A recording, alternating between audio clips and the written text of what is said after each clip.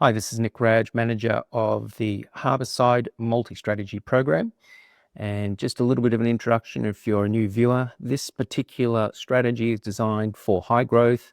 It's designed for the medium to very longer term. It invests both in the Australian and US equity markets.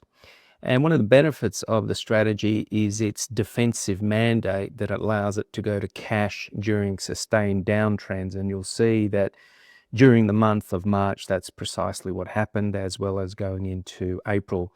So what this mechanism allows it to do is increase the risk-adjusted return over the longer term and also lower the correlation of the strategy to normal buy and hold type index funds or different funds. So we'll have a look at that correlation very, very shortly again. So as usual, the usual risk statements.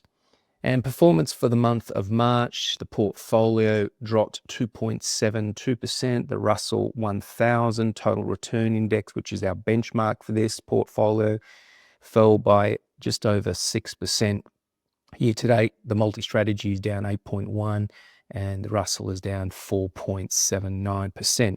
Now you will notice there's a slight difference in the performance here. What we've decided to do is put all accounts consolidated together, net of fees, since the public release, which was October 2022.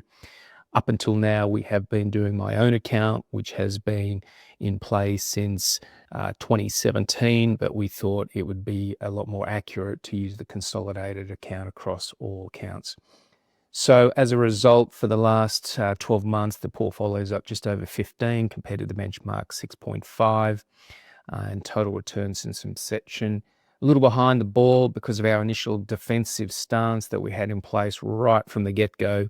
So we're sitting back at the moment, 18.1% total return versus the index 55. It doesn't bother me at all. We will catch up over time. Key highlights for the month. Well, there's certainly a lot going on around the world, most of it focused out of the US. But in Australia, the portfolio, the Aussie portion of the portfolio remained invested during March. It's been a bit of a frustrating ride.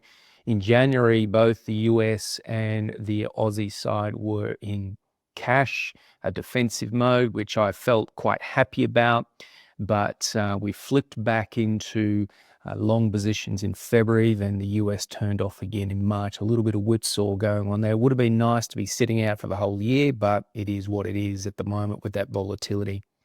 The small ordinaries dipped 3.6%, and the near-term direction really in Australia remains orientated and downwards, mainly because of the US.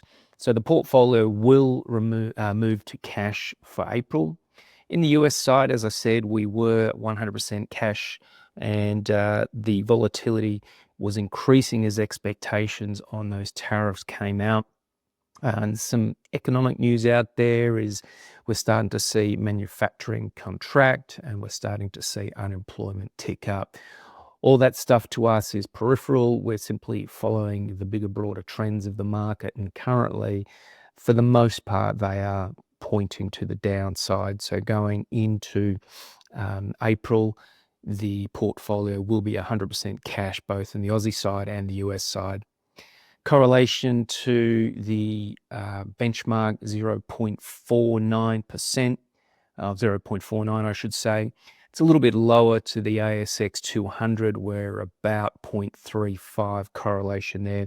Exposure 71% on average over the longer term. That means we do spend about 1/3 of our time sitting in cash of some description, and volatility for the portfolio over the longer term is running at about 17%.